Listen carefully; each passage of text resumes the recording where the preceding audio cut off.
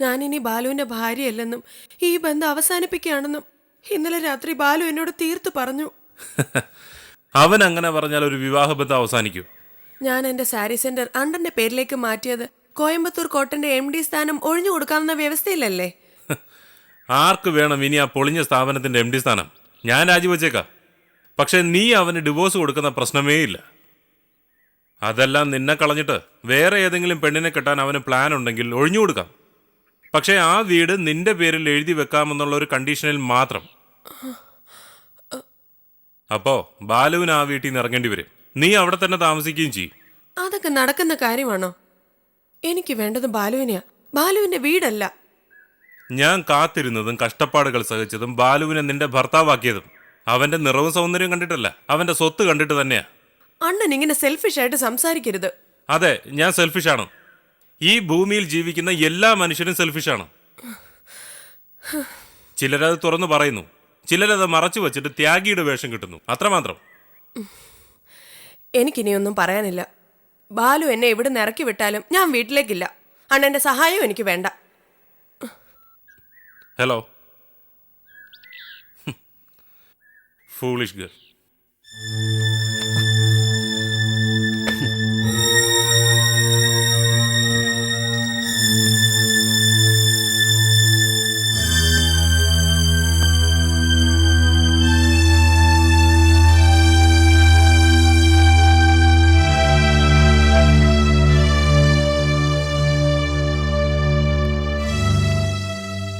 ഈ ആഴ്ചയിലും പുതിയ ഓർഡേഴ്സ് ഒന്നും നമുക്ക് വന്നിട്ടില്ല. ഇങ്ങനെ മുന്നോട്ട് പോയാൽ നമ്മൾ വിഷമിക്കും ബാലു. നമ്മൾ വിഷമിക്കും എന്ന് നീ പറയരുത്. ഞാനും എന്നെ വിശ്വസിച്ച് കൂടെ നിൽക്കുന്ന കുറെ ജോലിക്കാരും വിഷമിക്കും.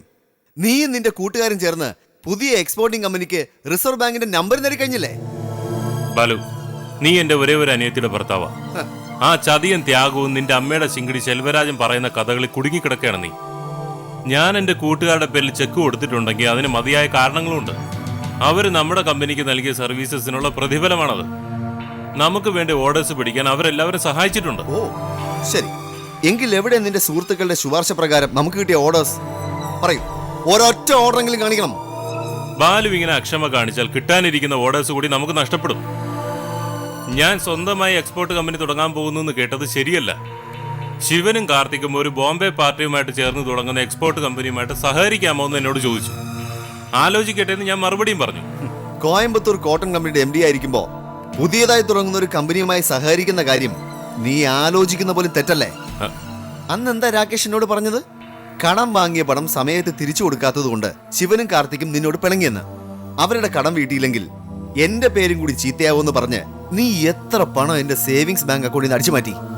നിന്റെ കുടുംബത്തിന്റെ എല്ലാ ബാധ്യതകളും ഒഴിപ്പിക്കാൻ വേണ്ടിയല്ലേ ഹേമ അവളുടെ മിടുക്കൊണ്ട് മാത്രം നടത്തിക്കൊണ്ടിരുന്ന സാരി സെന്റർ നിന്റെ പേരിൽ എഴുതുന്നത്. അപ്പോ ഹേമ ഒരു കണ്ടീഷൻ മുന്നോട്ട് വെച്ചിരുന്നു, രാകേഷ് MD സ്ഥാനം രാജിവെക്കണമെന്ന്. സാരി സെന്റർ നീ സ്വന്തമാക്കി, MD സ്ഥാനം രാജിവെച്ചതുമില്ല. നീ ഒരു ജെന്റിൽമാൻ ആയിരുന്നെങ്കിൽ സാരി സെന്റർ സ്വന്തമാക്കിയ നിമിഷം തന്നെ MD സ്ഥാനം ഉപേക്ഷിക്കണമായിരുന്നു. ഇപ്പൊ എനിക്ക് മനസ്സിലായി, നിനക്കൊറ്റ ലക്ഷ്യമേ ഉണ്ടായിരുന്നുള്ളൂ, നിന്റെ പെങ്ങളെ എന്റെ തലയിൽ കെട്ടിവെച്ചിട്ട് കമ്പനി കൈക്കലാക്കുക. സെൽവരാജിനെ പോലുള്ളവർ നിന്റെ കള്ളക്കളികൾ മനസ്സിലാക്കിയപ്പോ നീ പലരുടെയും പേരിൽ കള്ളക്കണക്കുകൾ എഴുതി ചെക്ക് കൊടുത്തു. ക്വാളിറ്റി കുറഞ്ഞ ഗാർമെന്റ്സ് കയറ്റി അയച്ച് ഈ സ്ഥാപനത്തിന്റെ പേര് നശിപ്പിച്ചു. വർഷങ്ങളായി ഈ കമ്പനിക്ക് മാത്രം ഓർഡർ തന്നുകൊണ്ടിരുന്ന പല വിദേശ കമ്പനികളും കൂറുമാറി. എന്റെയും എന്റെ കമ്പനിയുടെ തകർച്ചയ്ക്ക് നീ മാത്രമാണ് കാരണം. മര്യാദക്ക് ഇനിയെങ്കിലും രാജിക്കത്ത് തന്നിട്ട് എന്റെ ഓഫീസിൽ നിന്ന് ഇറങ്ങിപ്പോ. പോകുന്ന വഴി എന്റെ വീട്ടിൽ കയറി നിന്റെ പെങ്ങളെയും കൂട്ടിക്കൊണ്ടു പോ. ഒരു പിമ്പിന്റെ ഭാഗം അഭിനയിച്ചല്ലേ നീ അവളെ എന്റെ ഭാര്യയാക്കിയത്. സ്വാർത്ഥനായ നീ ഇതുപോലെ നിന്റെ പെങ്ങളെ എത്ര പേരുടെ കിടപ്പറയിൽ കൊണ്ടുവിട്ട് കാണും ബാലു. അന്ന് ഞാൻ അവളുടെ കണ്ണീരിന് മുന്നിൽ തോറ്റു. ഇനി ആ തോൽവി ആവർത്തിക്കൊന്നും കരുതണ്ട. ഈ കമ്പനിയിൽ നിന്ന് നീ പുറത്ത്, എന്റെ വീട്ടിൽ നിന്ന് നിന്റെ പെങ്ങളും പുറത്ത്. മതിയായി. ആങ്ങളെയും പെങ്ങളെയും എനിക്ക് നല്ലവണ്ണം മനസ്സിലായി. നീ എന്റെ പെങ്ങളെ ഉപേക്ഷിക്കുമല്ലേ? എന്നിട്ട് നീ ഈ കോയമ്പത്തൂർ സിറ്റി ജീവിക്കും. എങ്കിൽ എനിക്കതൊന്ന് കാണണം. നിനക്കെന്താ സംശയം? ഞാൻ ഇവിടെ തന്നെ ജീവിക്കും. കോയമ്പത്തൂർ സിറ്റി കള്ളു കുടിച്ച് കരളില് ക്യാൻസർ വന്ന് ചത്ത നിന്റെ തന്തയ്ക്ക് സ്ത്രീധനം കിട്ടിയെന്നല്ലോ. നിന്നെ നിന്റെ കൂട്ടുകാർ പോലും പരമ പുച്ഛത്തോടെയാണ് കാണുന്നത്. എടാ തെണ്ടി, മനുഷ്യനെ കബളിപ്പിച്ച് കുറെ പണമുണ്ടാക്കിയ കിട്ടുന്നതല്ല മാന്യത. അത് നീ ഓർമ്മ വെച്ചോ. ഞാൻ MD സ്ഥാനത്ത് രാജിവെച്ചിരിക്കുന്നു. പക്ഷേ എന്റെ പെങ്ങളെ വേശ്യ എന്ന് വിളിച്ചതിനും എന്റെ അച്ഛനെ അപമാനിച്ചതിനും അർഹിക്കുന്ന ശിക്ഷ നിനക്ക് തന്നതിന് ശേഷം മാത്രം. നീ ആരോടാ പട്ടി എന്നെ ശിക്ഷിക്കാൻ? ഞാൻ നിന്നെ ശിക്ഷിക്കും. നിന്നെ കഷ്ണം കഷ്ണങ്ങളായി വെട്ടി നുറുക്കി കോർപ്പറേഷൻ ശ്മശാനത്ത് കൊണ്ടുപോയിടും. എന്തായാലും എനിക്കെല്ലാം നഷ്ടപ്പെട്ടു. ഇനി എനിക്ക് എന്തിനായി ജീവിതം? നിന്നെ കൊന്നിട്ട് ഞാൻ ഈ ഓഫീസ് അടയ്ക്കൂ.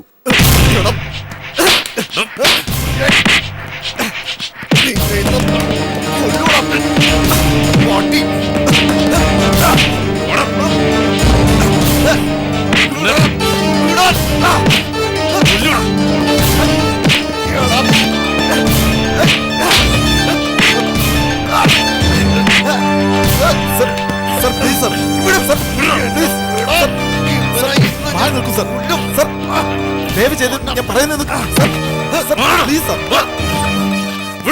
വരണം സർ. അവനെ കൊല്ലും ഞാൻ. നീ എന്റെ പെങ്ങളെ പറയുന്നടാ.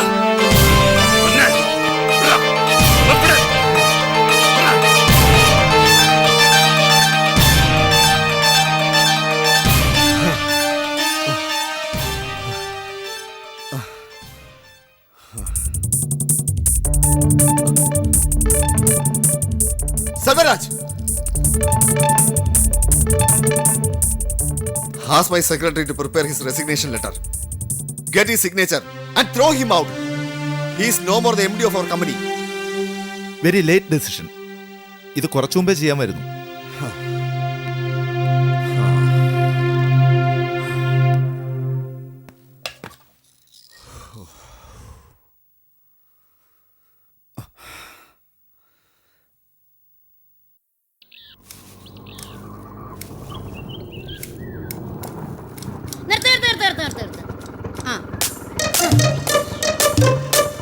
കൃഷ്ണ ഗുരുവായൂരപ്പ.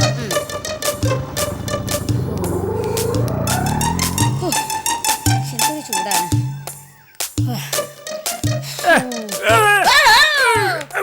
എന്നെ വീട് പൊട്ട. ഞാൻ എന്റെ വീട്ടിൽ കയറി പൊറുക്കാനൊന്നും വന്നതല്ല. ഞാനേ അന്ന് വലിച്ചെറിഞ്ഞു കൊടുത്ത താക്കോല് വാടക വീടിന്റെ തിരിച്ചു വാങ്ങിക്കാൻ വേണ്ടി വന്നതാ. നാക്കെടുക്കാൻ വയ്യാഞ്ഞിട്ടുണ്ട് ഈ മാതിരി. ദൈവം എങ്ങനെയാക്കിയത്? ബന്ധുവീടുകളിൽ പോയി സ്വന്തം മകളുടെ മാനം കൊണ്ട് നടന്ന് വിറ്റ് തൃപ്തി വന്നു കഴിഞ്ഞോ? എടി, ഇണങ്ങിക്കഴിഞ്ഞാലും പിണങ്ങിക്കഴിഞ്ഞാലും നീ എന്റെ മോളാ. നിനക്കൊരു മാനം എനിക്കൊരു മാനം അങ്ങനെയൊന്നും ഇല്ല. എന്റെ മാനം പോയാ നിന്റെ മാനവും പോവും. എന്ന് ആര് പറഞ്ഞു? അമ്മ ഊണ് കഴിച്ചാൽ എന്റെ വയറ് നിറയോ? എന്റെ വയർ നിറയണമെങ്കിൽ ഞാൻ തന്നെ ഉണ്ണണം. അമ്മയുടെ കാലുകൾ കൊണ്ടാണോ ഞാൻ നടക്കുന്നത്? അമ്മയും മകളും ആണെന്ന് പറഞ്ഞിട്ട് എന്ത് കാര്യം? അമ്മയുടെ സ്വഭാവം എന്തെങ്കിലും എനിക്ക് കിട്ടിയോ? ഇല്ലല്ലോ. എന്റെ സ്വഭാവം കിട്ടിയിരുന്നെങ്കിൽ നീ രക്ഷപ്പെട്ടേനെ. നിനക്ക് നിന്റെ തന്തയുടെ സ്വഭാവ. പിന്നെ കുടി. പെണ്ണായതുകൊണ്ട് ആ കള്ളുകുടി മാത്രം കിട്ടിയിട്ടില്ല. ഉച്ച സമയത്ത് വന്നതല്ലേ, ഊണ് കഴിച്ചിട്ട് പോട്ടെ. ചേച്ചി എന്തിനാ വടി കൊടുത്ത് അടി മേടിക്കുന്നത്? ഇത്രയൊക്കെ അനുഭവിച്ചിട്ടും ചേച്ചി പഠിച്ചില്ലേ? വീട്ടിനകത്ത് കയറിയ പിന്നെ അമ്മ പുറത്തിറങ്ങൂ? അല്ല, നാത്തൂനും കൂടി കുറെ നേരായി കുശൂശിക്കുന്നല്ലോ. എന്താ നിങ്ങളുടെ മനസ്സിന് വല്ല മാറ്റം വന്നിട്ടുണ്ടോ? എന്ത് മാറ്റം?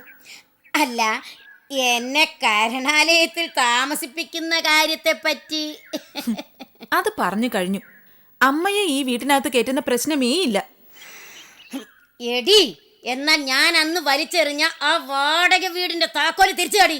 അതെന്തിനാ അമ്മ വലിച്ചെറിഞ്ഞത്? അമ്മയ്ക്ക് വീട് വേണ്ടെന്ന് കരുതി ഞാൻ ആ താക്കോല് വീട്ടുകാർക്ക് തിരിച്ചു കൊടുത്തു. എടി മഹാഭാവി, ഞാനിനി എവിടെ പോയി അന്തി ഉറങ്ങും? അത്താഴ പൂജ കഴിഞ്ഞാൽ അമ്പലം പോലും അടച്ചുകളി. മഹാരാജാവ് പൊന്നു തിരുമേനി ഭരിച്ചിരുന്ന കാലത്ത് വഴിയമ്പലങ്ങളും കളത്തട്ടുകളും എങ്കിലും ഉണ്ടായിരുന്നു അനാഥർക്ക് കടന്നുറങ്ങാൻ. അമ്മ ഒരു കാര്യം ചെയ്, ആ വീട്ടിൽ ചെന്ന് ചോദിച്ചു നോക്ക്. അവരെ വീട് മറ്റാർക്കും കൊടുത്തിട്ടില്ലെങ്കിൽ താക്കോല് തരും. അമ്മ പൊയ്ക്കോ, ഞാൻ ഫോൺ ചെയ്ത് അവരോട് പറഞ്ഞേക്കാം. സുനിലിന്റെ വീട്ടിൽ നിന്ന് പോയിട്ട് ദിവസം കുറെ ആയല്ലോ. ഇത്രയും നാൾ എവിടെയാ കിടന്നത്? ഞാൻ ചോറ്റാനിക്കര മുതൽ മൂകാംബിക വരെ ഒരു നീണ്ട തീർത്ഥാടനം നടത്തി. ഗുരുവായൂർ സത്രത്തിൽ ഉറങ്ങിക്കിടക്കുമ്പോൾ ഗുരുവായൂരപ്പൻ എന്റെ മുമ്പിൽ പ്രത്യക്ഷപ്പെട്ടു. കുറൂരമ്മേ കുറൂരമ്മേ എന്ന് വിളിച്ചു. ഞാൻ ഞെട്ടി ഉണർന്ന് കണ്ണു തുറന്ന് നോക്കിയപ്പോൾ അതോ നിൽക്കുന്നു സാക്ഷാൽ ഗുരുവായൂരപ്പൻ. കൃഷ്ണ, അതെ. ഗുരുവായൂരപ്പ. മതി മതി മതി. ഏതായാലും ഗുരുവായൂരപ്പൻ പ്രത്യക്ഷപ്പെട്ട സ്ഥിതിക്ക് കുറൂരമ്മയ്ക്ക് ഇനി ബുദ്ധിമുട്ടൊന്നും ഇല്ലല്ലോ. നേരെ നടന്നോളൂ. ചെന്നാട്ടെ. കൃഷ്ണ, ഗുരുവായൂരപ്പ, ഭഗവാനെ നീ തന്നെ ആശ്രയം.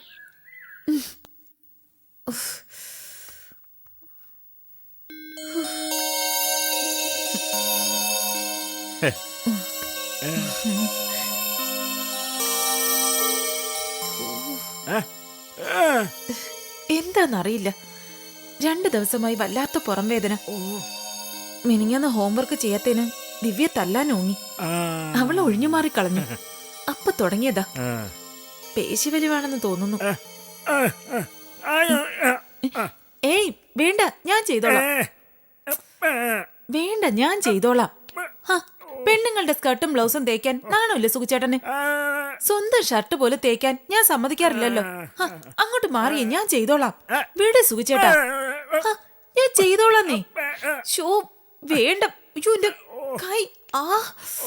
വേണ്ട, ഞാൻ ചെയ്തോളാം. മതി, വിടുന്നേ. ഞാൻ ചെയ്തോളാം സുഖിച്ചേട്ടാ. വേണ്ട, ഞാൻ.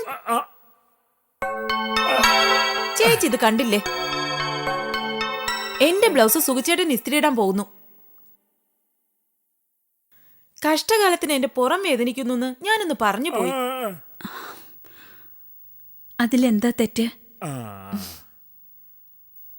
ഭാര്യയുടെ ബ്ലൗസ് നനച്ചു തരുന്ന ആളായിരുന്നു സുഭദ്രയുടെ അച്ഛൻ. വിശ്വംഭരൻ ചേട്ടൻ ചെയ്യാത്ത ജോലികളില്ല.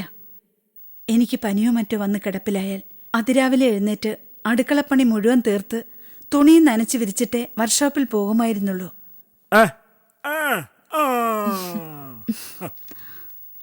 എന്താ ചേച്ചി ഇത്?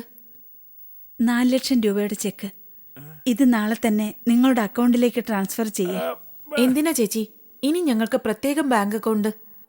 ആവശ്യമുള്ളപ്പോഴൊക്കെ ചേച്ചി രൂപ തരുന്നുണ്ടല്ലോ. ദിവ്യമോൾക്ക് എത്ര ഡ്രസ്സ് വാങ്ങി. ഞാൻ ജോലിക്ക് പോയി തുടങ്ങിയപ്പോ ചേച്ചിയുടെ സാരി കളക്ഷനിൽ പകുതിയെ എനിക്ക് തന്നു. ഇതൊക്കെ തന്നെ ധാരാളം. ഈ പണം നിങ്ങൾക്കൊരു കാറ് വാങ്ങാനാണ്. അയ്യോ, കാറൊന്നും ഇപ്പൊ വേണ്ട. ചേച്ചിയുടെ കാറിലല്ലേ ദിവ്യ ട്യൂഷന് പോകുന്നതും വരുന്നതും. അന്ന് അമ്മ സുഖിച്ചേട്ടനെ ഇളക്കി വിട്ടതുകൊണ്ടല്ലേ ഞങ്ങള് പുതിയ കാറിന്റെ കാര്യം സൂചിപ്പിച്ചത്. അമ്മ പോയതോടെ കാറ്റ് മാറി വീശിയില്ലേ. അതുകൊണ്ട് ഈ 4 ലക്ഷം ചേച്ചിയുടെ അക്കൗണ്ടിൽ തന്നെ കിടക്കട്ടെ. നമ്മൾ ചെയ്യാൻ ആഗ്രഹിക്കുന്ന കാര്യങ്ങളൊന്നും തന്നെ മാറ്റിവെച്ചുകൂടാ. അടുത്ത നിമിഷം എന്ത് സംഭവിക്കുമെന്ന് ആർക്കെങ്കിലും പറയാൻ കഴിയുമോ? ഈ പണം ന്യായമായി കൊച്ചേട്ടന് കിട്ടേണ്ട പണം തന്നെയാണ്. അതുകൊണ്ട് വാങ്ങാൻ ഒട്ടും മടിക്കണ്ട. ഈ സമൂഹത്തിൽ നമുക്ക് സുഖമായി ജീവിക്കാൻ സ്നേഹം മാത്രം പോരാ നളിനി. അത്യാവശ്യത്തിന് പണവും വേണം. അന്ന് രാജമ്മ ചേച്ചി പറഞ്ഞൊരു വാചകം എന്നെ വല്ലാതെ വേദനിപ്പിച്ചു. പിന്നീട് ദിവസങ്ങളോളം ഞാൻ അതേപ്പറ്റി തന്നെ ചിന്തിച്ചു. അപ്പോൾ എനിക്ക് മനസ്സിലായി, രാജമ്മ ചേച്ചി പറഞ്ഞത് 100% ശരിയാണെന്ന്. സ്നേഹം വേറെ, പണം വേറെ. എത്ര സത്യം! സ്നേഹവും പണവും കൂടി കൂട്ടിക്കുഴയ്ക്കുമ്പോഴാണ് ബന്ധങ്ങൾ തകരുന്നത്. ചേച്ചി, അമ്മ പറഞ്ഞതിന്റെ പേരിലാണെങ്കിൽ തീർച്ചയായും ഞങ്ങൾ ഇത് വാങ്ങിക്കൂടാ. ഈ 4 ലക്ഷം എന്റേതല്ല, കൊച്ചേട്ടൻ്റെതാണ്. നിങ്ങൾ ഇഷ്ടമുള്ള കാറ് വാങ്ങൂ. പണം പോരെങ്കിൽ ഞാൻ ഇനിയും തരാം. പഴയ കാർ എന്റേതല്ല, പുതിയ കാർ കൊച്ചേട്ടൻ്റേതുമല്ല. 2 കാറുകളും നമ്മുടേത്. അങ്ങനെ കരുതിയാൽ പോരെ?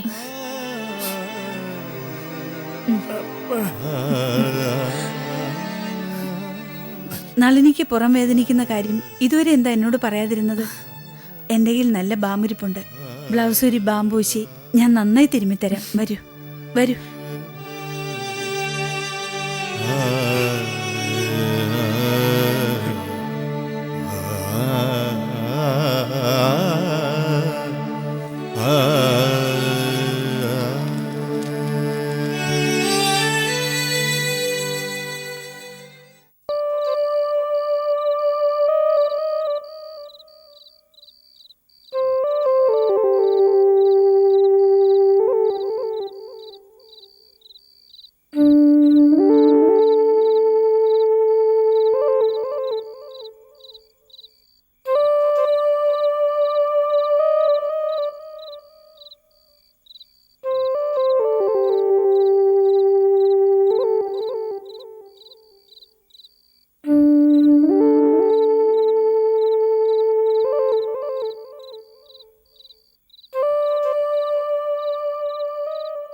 ചേച്ചി, ദോശമാവ് ഇരിപ്പുണ്ട്. ദോശ മതിയോ അതോ ചപ്പാത്തി ഉണ്ടാക്കണമെന്ന് ചോദിക്കാൻ വന്നതായിരുന്നു ഞാൻ.